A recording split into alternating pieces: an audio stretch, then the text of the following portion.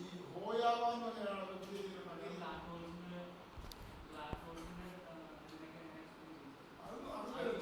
അതൊന്നും വളരെ എളുപ്പമായിട്ട് അതായത് ഹോയാവ എന്ന് പറഞ്ഞാൽ എക്സ്പ്ലെയിൻ ചെയ്യാൻ അറിയാം. ഈ ഹൈ എനർജി റീജിയനിലെ ടൈമും സ്പേസും കൂടെ മിഡ് ചെയ്യില്ല, മേർജ് ചെയ്യില്ല. ടൈം അബ്സല്യൂട്ട് ആണ്, സ്പേസ് അബ്സല്യൂട്ട്. പഴയ ഐൻസ്റ്റൈൻ തെറ്റാണ് പറയുന്നത്. അപ്പോൾ അയാളുടെ ആ തീരെ വലിയ വളരെ എളുപ്പമായിട്ട് black hole explain, dark matter ഉണ്ട്, അത് വളരെ എളുപ്പം എക്സ്പ്ലെയിൻ, അത് പബ്ലിഷ് ചെയ്ത് ചെയ്യും. പക്ഷെ അത് വേറെ ചില പ്രശ്നങ്ങളാണ്, ക്വാണ്ടം മെക്കാനിക്സ്. അതുകൊണ്ട് അതും കറക്റ്റാണ് ഞാൻ വിശ്വസിക്കുന്നത്. അല്ല, ഐൻസ്റ്റൈൻ തിയറി തെറ്റാണുള്ളത് പറ്റി ഒരു തർക്കമില്ലാതെ ഇപ്പം വേൾഡിൽ എഗ്രി ചെയ്തിരിക്കുന്നു. അത് എങ്ങനെ മോഡിഫൈ ചെയ്യാനുള്ളൂ എഗ്രി ആക്കുന്നത്.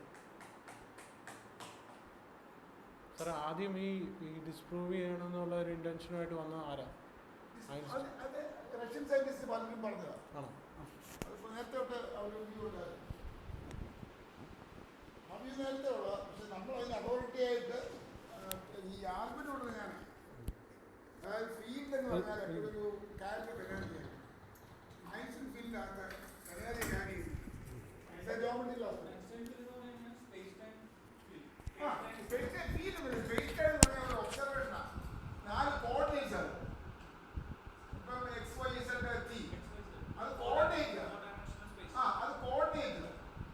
അപ്പം അതിനൊരു കർവച്ചർ എന്ന് പറഞ്ഞാൽ പിന്നെ ഒരു ഫിസിക്കൽ അല്ല.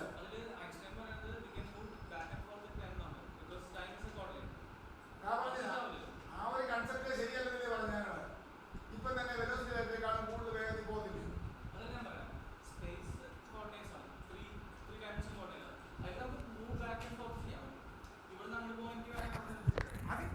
അങ്ങനെയല്ല, ഇപ്പോഴത്തെ ഇരിക്കാമല്ലേ എക്സും വൈയും ഇസഡും ടൈമും അത് ഒരേ ടൈമിൽ കൊണ്ടുവരാൻ ഒക്കത്തില്ല. കാരണം ഇത് റിയലാണ്, മറ്റേ ഇമാനുവൽ ടൈം.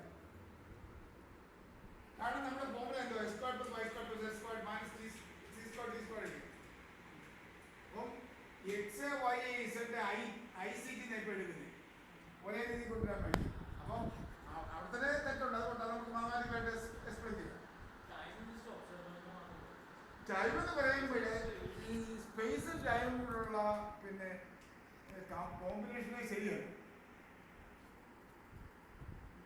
അതാ ഇക്വേഷൻ ഉണ്ടാക്കാൻ വേണ്ടി